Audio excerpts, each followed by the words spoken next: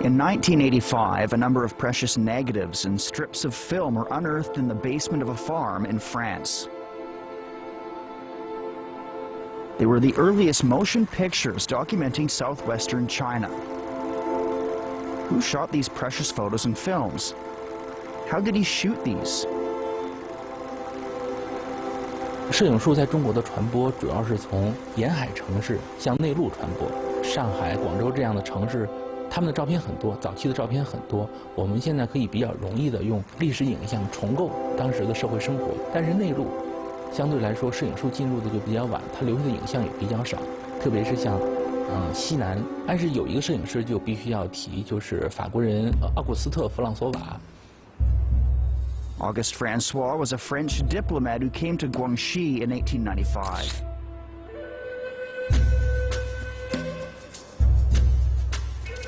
去广西的龙州充任法国驻龙州的领事。龙州这个地方比较特殊，它离越南很近。那个时候越南叫交趾支那，它是法国的殖民地。 Vietnam had been a tributary state to China, but after the Sino-French War of 1884, Vietnam came under the control of France. France wished to gain influence in China's Yunnan province as well. 中国的那个时候的领土之争，除了东北、蒙古以外，最严重的就是在云南。云南的领土纠纷呢，跟我们自己也有关系，就是说老大帝国。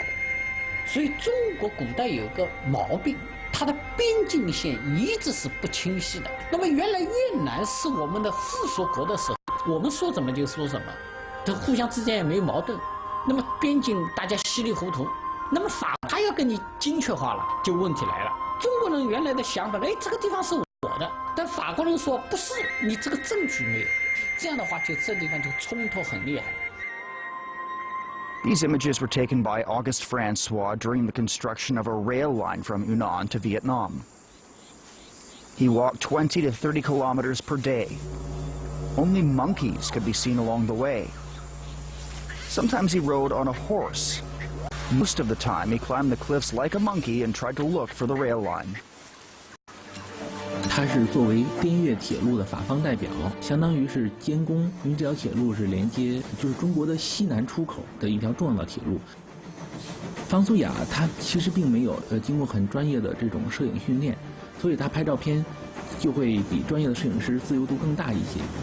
他的每一张照片肯定都是因为猎奇，因为我们现在能看到的作品里，他拍的那个亲兵就是卫兵，然后穿着统一的褂子。 上面写的法国领事，然后拿着很奇怪的兵器，这很奇怪的兵器，比如说拿宝剑，这宝剑有1人多高，然后刀，就是他觉得这种好奇好玩，所以他就把这些身边的东西都记录下来。Over a period of nearly 5 years, Auguste François took photos of mountains, rivers, and towns, and also recorded various major events and the everyday life of the people. At the time, he probably never imagined that one day his pictures would be valued as the earliest and most comprehensive collection of photographs of the life of a region in Asia. 方子雅大概1904年回到法国之后，就一直在自己的庄园居住。他的照片也都是默默无闻，放在这路易威登的箱子里面，一直到80年代才重新被发掘，然后为世人所知。 他其实在中国摄影史上更大的贡献在于，他是中国第一个拍摄动态影像的人，就是拍摄电影的人。Film was invented in 1895 by the Lumiere brothers, François. 到中国来，卢米埃兄弟就送给他了一台当时最新的电影摄影机，然后他在云南的时候拍了好多段，每秒18帧的影像。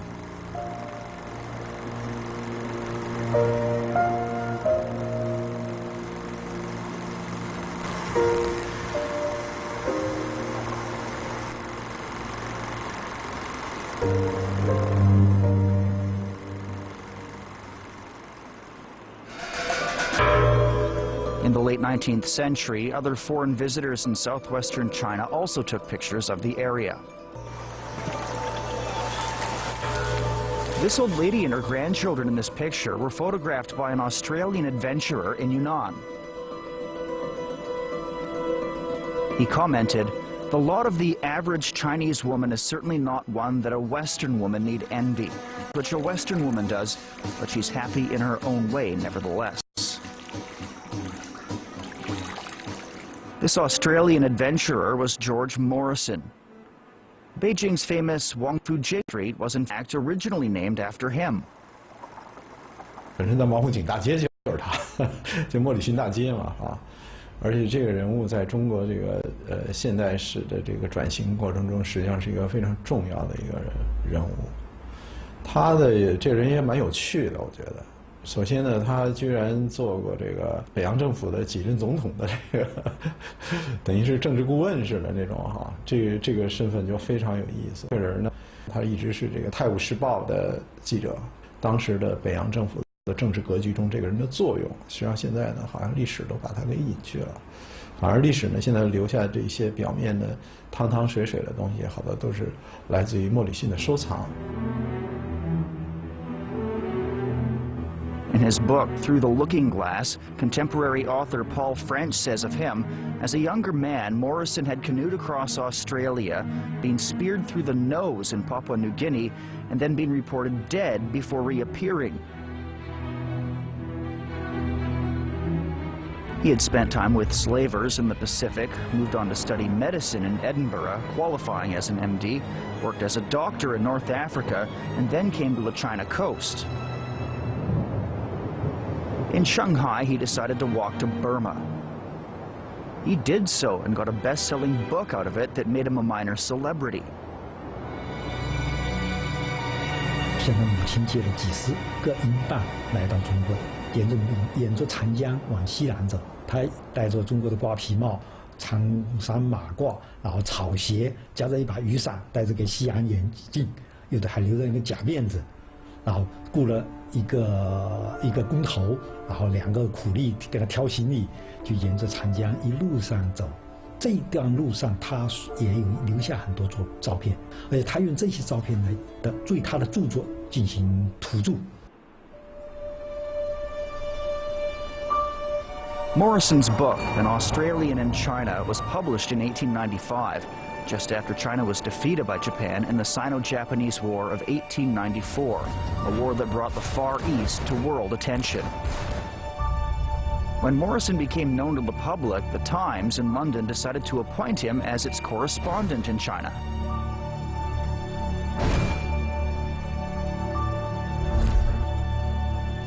Morrison continued to live in China for the next 20 years, and in that time had a huge influence on media and diplomatic circles in Beijing.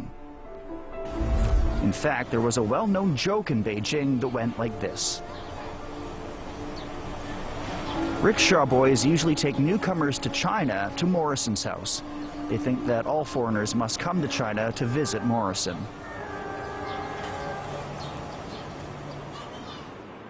外国人有一个评价说，《泰晤士报》有多少个读者，就有多少个人认识莫里逊。那莫里逊有这个优势，他有大量的收集的这个文史资料、文字的、图像的都有。到处收东西，他收的什么都有，是吧？照片只是他其中的上千幅、几千幅的照片呢，是他的一部分。其实他还有大量的中国的古籍啊、善本啊。 甚至包括这个当时的文读啊，什么是还有什么小广告啊，好像他什么都有。哎，这个人就非常有意思。我就在想，他为什么要这样做？那么我觉得，实际上他应该说他真正的后面的动机，他是为了做好自己的新闻工作。Morrison loved taking pictures. In Spring Festival every year and during other holidays, he would ask a photographer to take group photos for him and his servants at home.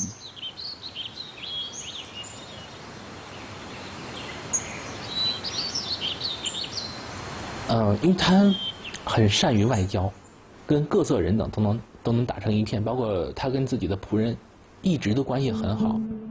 Seen in many of the pictures is Sun Tianlu, Morrison's Chinese steward.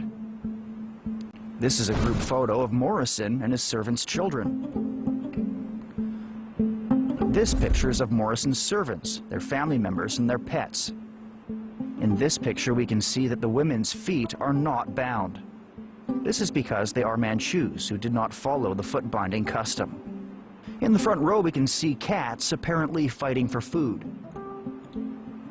人与人的概念已经是亲情的、友情的一种交融，没有一种对东方人的一种优越，西方人自认为的优越感，也没有一种歧视心理。 When the Boxer Uprising reached Beijing in 1900, the Daily Mail published an article about the massacre of foreigners. It stated erroneously that Morrison had been killed, and the Times published his obituary.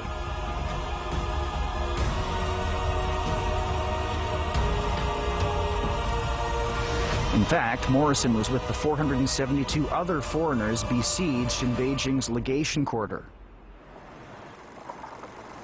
Morrison was disturbed by the obituary notice chiefly because he found it exaggerated and over-emotional.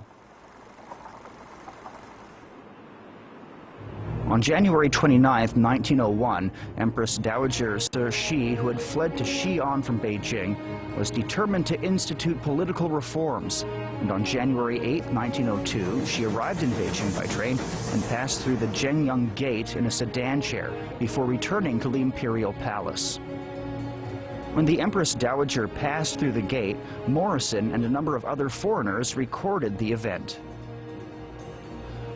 By the time the Qing government was attempting to carry out its reform policies in southern China, revolutionaries had already launched a number of revolts. Morrison was an advocate of progressive reform. The death knell of the reform policies came in 1908 with the sudden death of Emperor Guangxu and Empress Dowager Cixi. When the imperial funeral was held, Morrison photographed the historic event, pondering all the while what China's destiny might be. Morrison decided to go on a journey west along the Silk Road. But what were his reasons for going there? 第一重意义呢，就是说这个地方呢，他们没有来过，他们要第一次来，要试一试，叫带有试探性，或者我们说是探险家。还有呢，就是文化淘金，罕见的这种画面带回西方，介绍给西方，可以在杂志上发表，可以写小说，可以写这个报道。就是当时拍照不是说拿起照相机就可以给你拍，你要做很多的工作，你要跟人家商量好，人家让你拍的时候，你才能把照相机支起来，要费很多的时间，这个人不能走。所以要有很多的沟通，这种沟通里面呢，就是有很多的这种文化和地域的内容，他们要把这个过程也要写下来。On January 15, 1910, Morrison began his northwestward journey, leaving by train for Henan. From there, he went further westward on horseback with several servants and 2 mule carts in tow. In reality, Morrison was not a photographer in the true sense. Many of the photos in his collection were, in fact, taken by others. On this journey, however, he decided to take all the photos himself. 就是因为他不会照相，摄影师拍照的时候，多数时候会有，这个东西是我要记录的，或者说我想要记录什么，他会摁快门。但是莫里逊是他看到什么拍什么，所以他所呈现的这种景象就是全景式的，甚至你几乎想象不到的内容，他都有拍。比如说路边是一棵树。The scenery of northwestern China, as recorded by Morrison, exists no longer. This is Guangzhou City of Shanxi Province. What we see here are beacon towers and watchtowers and sentry posts. This is a group of pictures taking in Hami, Xinjiang. Morrison described Hami as a prosperous, fertile, and irrigated kingdom ruled by a Hui king. The kingdom had 1,950 households. The Qing government assigned a county-level civil official to administer the kingdom. Under the official, there were 800 Chinese soldiers. They were armed with old-fashioned Mausers. The king was received in Beijing every 3 years. Shen Jiawei, a painter, also commented on Morrison's journey. The difference between Morrison and other Westerners before him who completed a journey along the Silk Road lay in that he was a journalist. He went there to watch, to inquire, and to get information for the public. Then that information to be disseminated across the world. In the spring of 1911, Morrison returned to Beijing after a rather trying journey that had lasted a whole year. Just a few months later, there was the Wuchang Uprising. This time, reform was defeated by revolution. This is a picture taken by Morrison in Hangzhou in 1911 during the Wuchang Uprising, an image that marks the collapse of the Qing dynasty. The war had resulted in Hangzhou, an important city near the Yangtze River, being razed to the ground. But Morrison did not believe that the revolutionaries would ever come to power. In a letter to a Times colleague, he put forward the idea that the best solution was for Yuan Shikai to become president. And in the end, Yuan Shikai did assume the presidency of the Republic of China. A picture of Yuan was in fact given to Morrison by Yuan himself. Morrison later resigned his position at the Times to become Yuan's political advisor, and it was then that Morrison truly came to fame. In 1902, Morrison bought an aristocratic estate in Wangfujing Street where, because of his huge influence, the street was named Morrison Street. In the end, however, Morrison felt disappointed at Yuan, who considered Morrison little more than a decorative accessory, and the end came when, in 1915, Morrison developed a very negative view of Yuan's desire to restore the monarchy.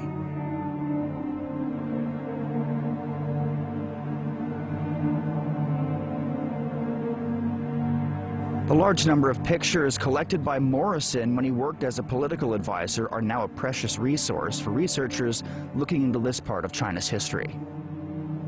也可能是他在收集了这些人的这些政要的肖像以后呢，其实在他的内心呢，以一个北洋政府的这种权力格局，实际上在他的心里是非常形象性的。他可以立刻指向哪个符号，是吧？这是政府秘书长，是吧？这是哪个次长？他实际上那时候国际上都流行这东西，就是说是名人啊、政客啊，他都要印这种肖像照，作为一种这个公关的手段，笼络人心的一种手段。我送你一张照，我不是轻易送的，我送你呢，就是看得起你。当然，对很多政客呢，可能收完以后呢，他就觉得没用了，改朝换代，这人已经过去了，有可能这照片就废纸一张就扔掉了。但是这个莫里逊呢，他就把这些东西就全部都收得很好。这个东西无形中呢，就留下了一个很珍贵的历史。所以从这点上说，我觉得他是一个好的新闻记者，在华的所有记者中的，在国际上叫 No.1。When Morrison's health worsened and he developed pancreatitis, he decided to leave China. 他对中国非常有感情，从他对待他周围的中国人的态度来说能看出来。比方说，他对自己的马夫，他对自己的管家都很有感情。更重要的一点是，通过他的这个所谓的莫里逊的图书馆能看出来，他自从到了中国之后，就非常注意收集有关中国的也好、书也好、图文书。为了收藏这些东西呢，居然就没有攒下钱来，以至于后来他有点支撑不住了，撑不下去了。后来当了这个北洋政府顾问呢，他就把这事儿给放了，还是出手了。甚至等他决定离开中国，回到自己老家的时候，他也是信过。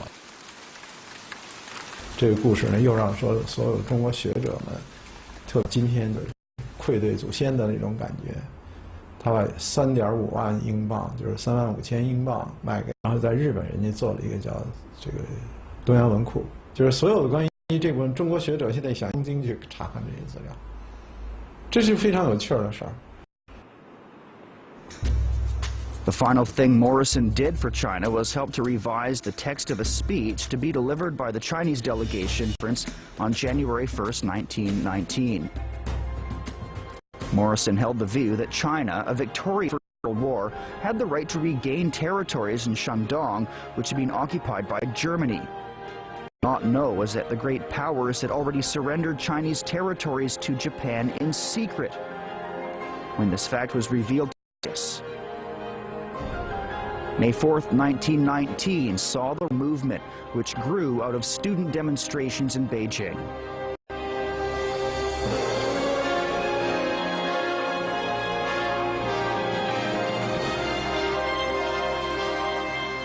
巴黎和会上，他能够义无反顾地站出来，为中国去争取他应有的权利的时候，那个瞬间是最让人感动的。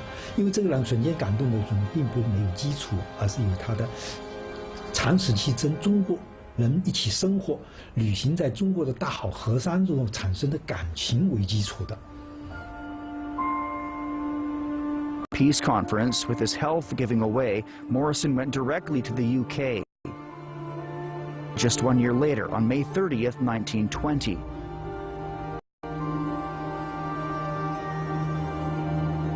He was buried in the small town of Sidmouth in Devon. Before he died, Morrison said that he longed to return to China and would like to have died there.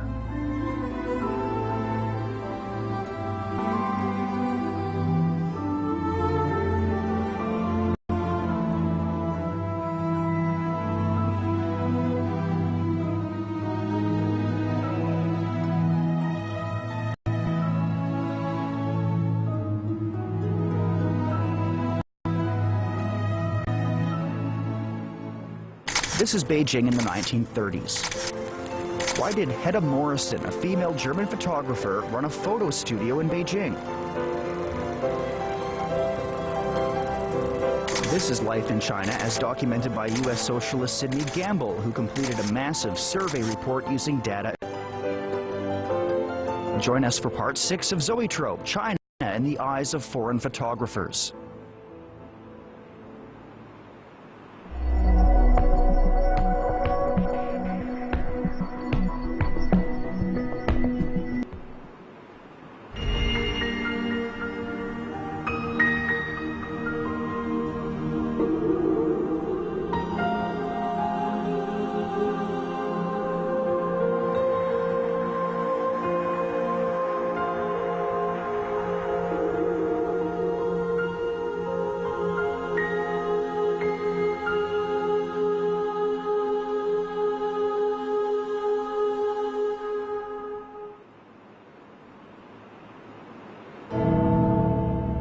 In 1911, after years of teetering on the verge of collapse, the self-indulgent Qing dynasty finally came to its end. However, the overthrow of the dynasty wasn't followed by peace or prosperity, but revolution and war.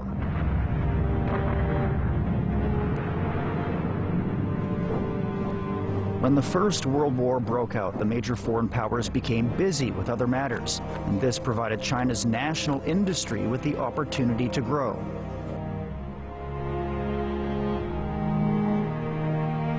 The Chinese government took part in the final stages of the First World War, hoping, as one of the victors, to share in the fruits of victory.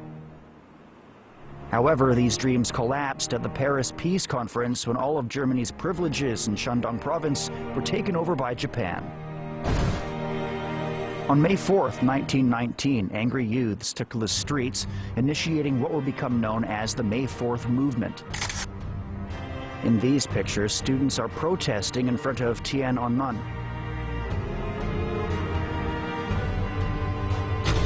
In this picture, students are being arrested by military police.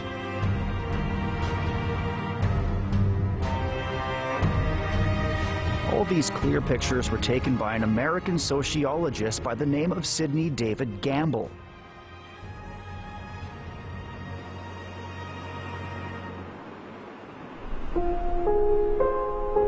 Who is Sidney Gamble? And why did he come to China and take pictures of protesting students? Sidney Gamble, born in 1890, came from a rich American family. His grandfather was the founder of Procter & Gamble. 大家都知道一个很有名的品牌 P&G， 这个 G 就是甘博字母的第一个缩写。他是 P&G 家族的人，在经济方面他是无忧无虑的。本身他的家都是比较虔诚的基督徒，他也一直受的是教会的这种教育。所以他毕业之后就立志投身于这种教会的传播工作。甘伯第一次来中国的时候，他在杭州认识了一个传教士，然后传教士给他看了一批照片，这批照片是当时在四川支教，也就是在现在的四川大学支教的路易纳德的照片，当然拍的也是边陲的少数民族地区的这种影像，当时甘伯就非常喜欢。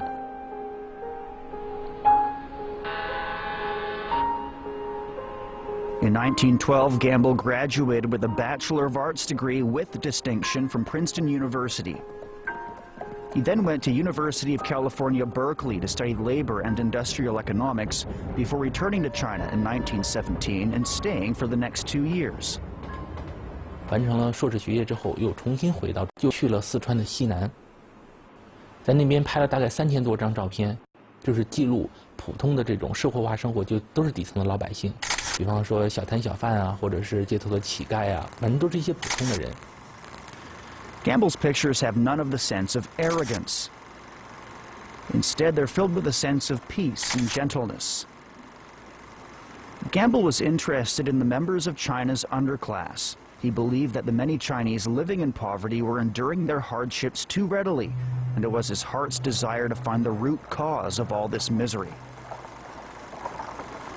At just that time, an organization called the Young Men's Christian Association, YMCA, sent him an invitation. 他接受了北京基督教青年会的调查员的这种职务，领导和主持了一个任务，就是北京的社会调查，大概就是在1917年到1919年中间这段时间。调查的内容主要是了解当时北京底层百姓的社会生活状况。What was the YMCA, and why did it send Gamble to conduct a survey in Beijing? Why was the organization so interested in the life of strangers so far away in the East?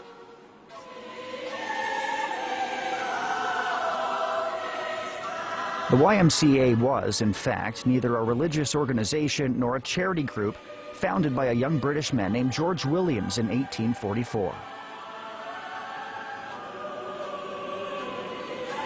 During the Industrial Revolution, there was a feeling that many youth were lost and needed to enrich their minds.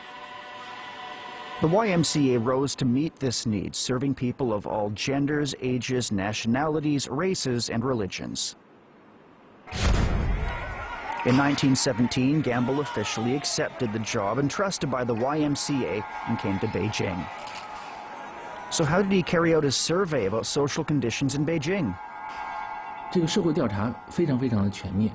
首先跟很多大学和当地的警察机构建立联系，然后从他那边获得一些人口或者说是监狱情况的统计数字，雇佣了一些学生做社会调查的学生去普通家庭去做采访，比方说去问物价多少，比如说棉花的价格是多少，糖的价格是多少，这些日用品的价格，以及这些普通家庭的收入是多少，收入来源是怎么样。他作为社会学的调查，受过专门的社会学训练，而且他的训练完，他有针对性的，他有一个中国研究会，他专门是针对中国研究的，所以他才有那么细的一些东西出现。他来主持这个调查活动，然后为此而拍摄了大量的照片。比方说，他拍摄早期的，我们现在的话说就是技校，就是一些无家可归的孩子，然后由教会把他们统一组织起来，然后教他们一些社会技能。然后再有组织盲人，让他们能够自理生活，比方说去编织一些竹子的制品。这些照片在我们现在看来说，就是很真实的那一部分当时北京人的生活。甘伯是社会学者，他首先他对人物的观察特别的细腻，他不仅仅是一个单纯的记录而记录，他有一种感情色彩。最让我感动的是几张照片，其中一张是北京通县拍摄那辆鞋匠的照片。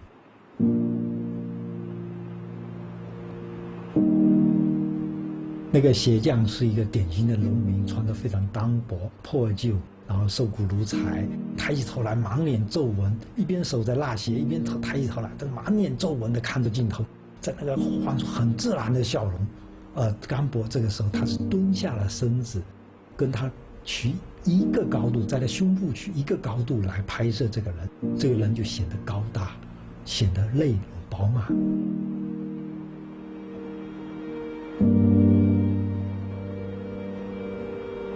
When Gamble published his book Peking, A Social Survey in the United States in 1921, an American critic reviewed it as follows. It shows us how Chinese deal with their matters such as house rental, food expenditure, weddings, funerals, and how dull their life is. Behind all the carefully collected statistics are touching stories about the interaction between the hardworking investigators and cooperative families. Gamble came back to China once again. From 1924 to 1927, he carried out surveys among 283 families, and then, in 1933, published a book named How Chinese Families Live in Beiping. He came to China for a fourth time to conduct a social survey from 1931 to 1932, invested in the civilian education experiment being conducted by the Chinese educator Yan Chu in Ding. Gamble stayed in Ding County for 6 months, during which time he lived in a local Chinese food on a monthly expense stipend of less than 15 yuan. However, he financed the social survey to the tune of $8,400 per year for 3 years. Later, he wrote about his experiences in Ding County. In Ding County, I enjoyed real life with local Chinese. There were only 6 foreigners in the country, but every day was filled with joy and happiness. I never felt lonely during that period. It was my great honor to participate in the social survey conducted by the association. When he returned to the United States, Gamble wrote several books, including Dingxian, a North China rural community, and North China villages. The educator and researcher Yan Chu spoke highly of his contribution. Not only did Mr. Gamble make a great contribution to the land reform movement in China, his books also got for the scholars who devoted themselves to improving the economic and social situation of people in less developed areas. 这甘贝尔呢，他本身就是一个学者，他到中国教师，但他实际上干的所有的事情是学术上的事。他的摄影呢，应该说是他学术性的文化研究的一个辅助工具。印象特别深刻的很多的这个回忆啊，都说中国这个丧葬的时候，在这个起码运尸抬棺材的过程中呢，在棺材上要放一只鸡，都提到这个。可是我就是没有看，终于在这个甘贝尔的照片，哎，这就是一下子就我用一张照片解决了所有人，你那么多人写了半天都没用。但是这张照就是一图胜千言吧，这说。来到中国，他有一张很漂亮的照片，就是他坐在独轮车上，有中国一个带着北方农民给他推着车子，他自己又背着一个摄影器材。这张照片说明他就在中国横穿了32个省市。大量的照片，写了4本有关中国的书，除了带走了这些文字记录跟影像之外，走一草一木。大多数的外国摄影师到中国来，可能都是还有经济上的诉求的。Sidney Gamble passed away in March 1968, and it would be another 15 years before his eldest daughter would recognize the extent of her father's achievements. Gamble had placed his 6,000 precious negatives and films in a shoebox in his home in New York. This is how Shi Jingqian, a famous sociologist at Yale University, described Gamble's contribution. He had a passion for photography and chose to observe the crisis of that age through his camera lens.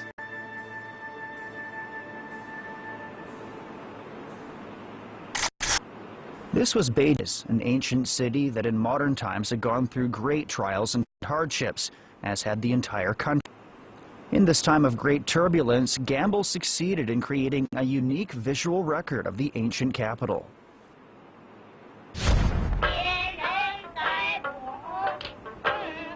After the lapsed in 1911, the Republic of China was established. Beijing, as the new capital, then came under the administration of the northern warlords. In June 1928, the National Revolutionary Army arrived in an attempt to overthrow the warlords.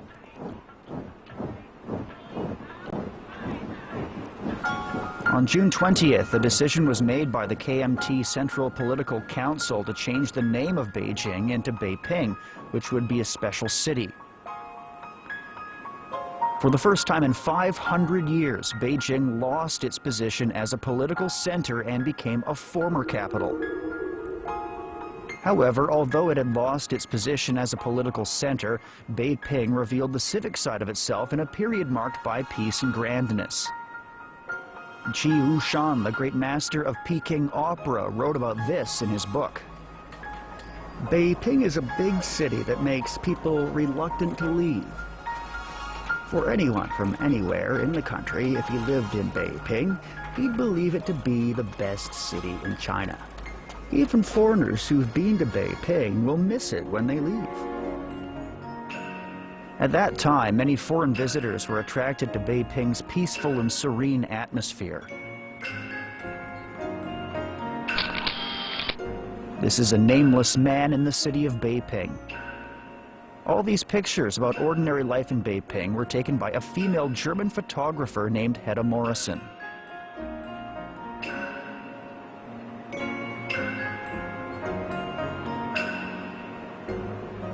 Who was Hedda Morrison? How did she come to Beiping? And what did she experience in Beiping?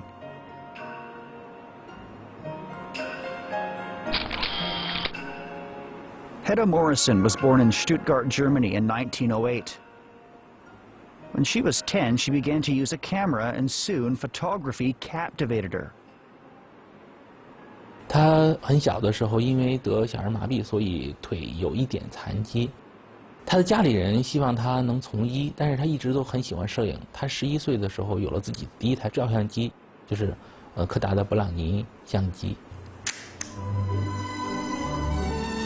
In 1929, Hedda persuaded her parents to give up on the medical school idea and instead attended classes at State Institute for Photography in Munich. 3 years later, she became an assistant photographer. In 1933, she came across an advertisement in a photography magazine. A German photo studio in Beijing named Dong was recruiting a female photographer. She had to be a Swabian and be able to speak English and French. 柯达海默正好是合适，他觉得很好，然后他就应征了，而且很快就得到了这个职务，然后他就立刻去了中国。Hedda left Germany alone, leaving her family to their concerns about her safety and well-being. They gave her an umbrella and a gun to protect herself, but as soon as she was aboard ship, she threw both into the sea. She did, however, keep the Rollei twin-lens reflex camera she had with her.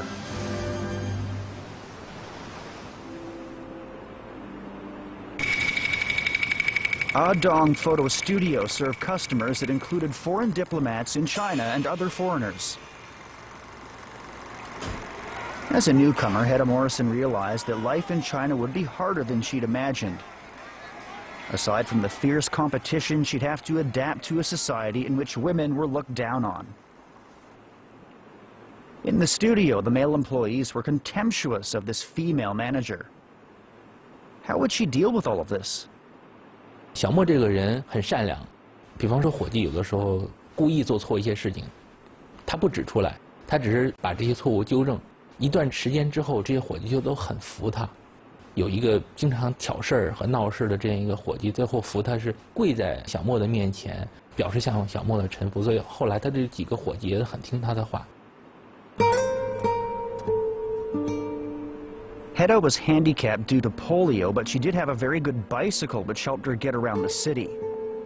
Here, Hedda is seen leaning on her bike with a bright smile.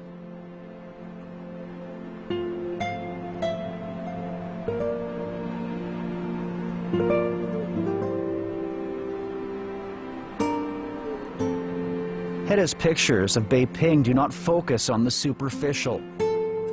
This is how she described the city. As the center of old China, Beiping was on the decline when it arrived. This is the Forbidden City, now known as the Palace Museum, in winter.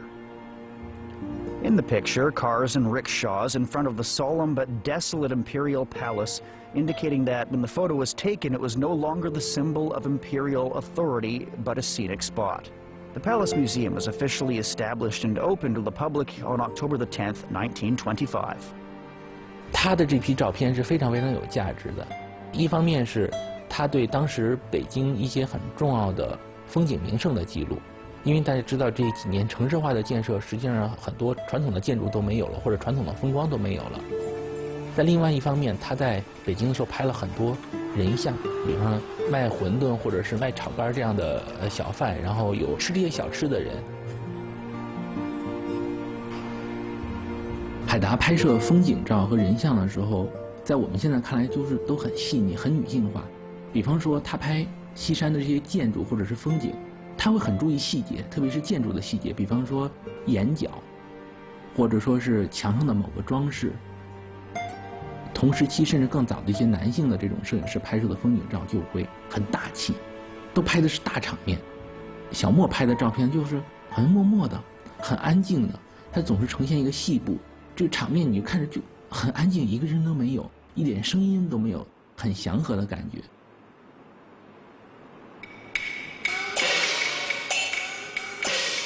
While recording the decline of Beiping, Hedda Morrison also gained a deep impression of the city's tall and orderly city walls.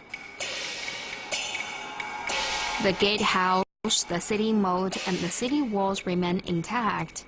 Among all the cities in the world, Beijing has the best city walls. 他作品更大的价值在于，他有一批底片是专门记录北京的手艺。这个手艺就包括全聚德的烤鸭是怎么做的，从最刚开始处理，然后装填，挂在烤炉里面，要烤炉是什么样子，要烤多长时间，最后烤出来，大家吃的时候又是什么样子。再或者是对古籍的制作，中国的这种古籍它是怎么样制作的，传统的纸张是怎么制作的，就这些在我们现在看来，这是最具有传统价值的部分，所谓的非物质文化遗产，这些它都是有很完整的记录。这张是在做这个一个老者在庙会上在做工艺品，这么多小孩都围在他的身边。看，这张是这家是在办红白喜事，两边有这个叫杠房的在吹唢呐，这是办丧事，在办丧事。这是卖小吃的，这张也很有意思，这是在场店儿。就是每年的正月里面，北京的场店呢，一个字画摊儿。Hedda's pictures presented an overall vision of all traditional cultural practices and pastimes. 我们看到有些照片，类似于黄毛车夫这样的苦力，坐在一个桌子前面，应该可能是在吃炒肝或者是卤煮这样的，手里捏着饼，然后低着头用勺子大口的咬着。完全好像就当小莫不存在一样，由此可见，他跟被摄对象应该是有一个比较好的沟通，被他拍摄的对象应该是，比较认同他的这种拍摄行为的。Before Hedda, few foreigners had observed Chinese civil society in such a detailed, moderate, and non-discriminatory manner. Hedda made the most of her femininity. Her husband once said that never had a person in Beiping refused her request to take a picture.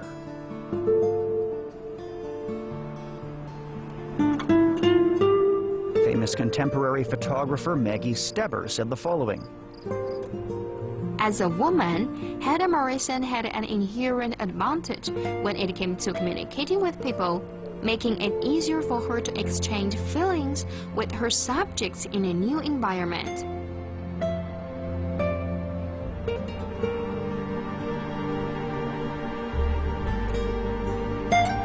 In 1946, Hedda Morrison left China with her husband for Sarawak. She passed away in 1991 at the age of 82. Today, the pictures she took in China are an important resource for people wishing to look back on China as it was.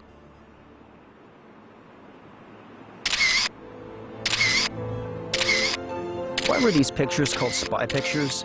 What did the master photographer Robert Capa experience in China? Numerous Chinese sacrificed their lives in exchange for the unity of their country. Please join us for part 7 of Zoetrope, China in the Eyes of Foreign Photographers.